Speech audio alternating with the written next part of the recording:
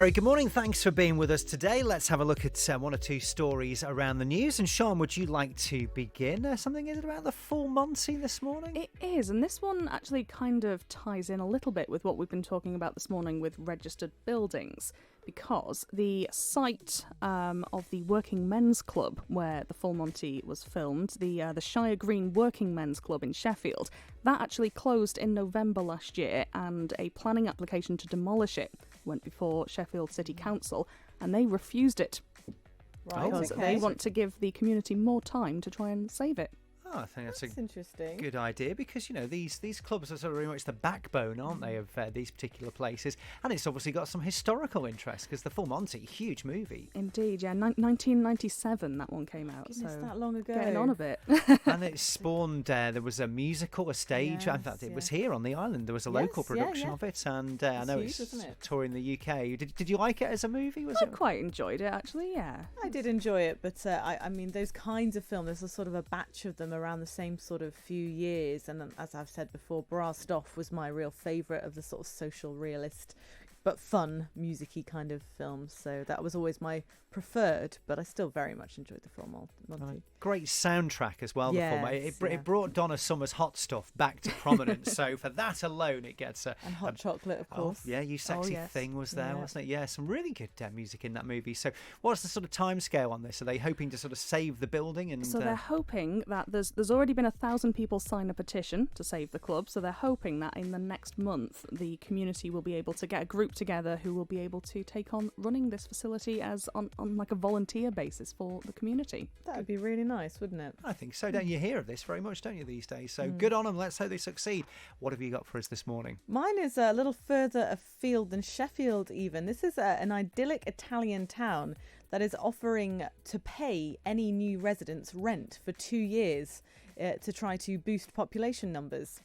So Tiora in Campania, Campania, is taking a different approach to the numerous Italian towns that have tried to attract a sort of fresh blood by offering houses for as low as €1. And it says this just encourages outsiders to purchase holiday homes rather than settle down full time. So instead, newcomers will receive €150 a month to go towards the cost of renting a place for 2 years. And alternatively, the town will give them €5,000 to buy a property. Yeah, good So idea. there you go. Yeah, absolutely. All about sort of encouraging people to sort of be there. And there's a lot of talk, I think we mentioned this, didn't we, like Cornwall, places like that, where so many homes now are just holiday lets and you sort of lose that community aspect. So I guess this is what they're trying to do here. Exactly, yeah. It's only a small little town. It looks lovely. I mean, it says idyllic. I'm sure this is trying to sort of sell the town a little bit. What looks to be a lot of countryside around it, that really does look idyllic. I mean, but from the picture I can see, it doesn't. You can't really tell from the architecture if it's that nice or if it's just a lot of vomiting. It doesn't look. I don't know. It's hard to tell, but it might be very nice. I don't know. Do you want to go to there, Tiora?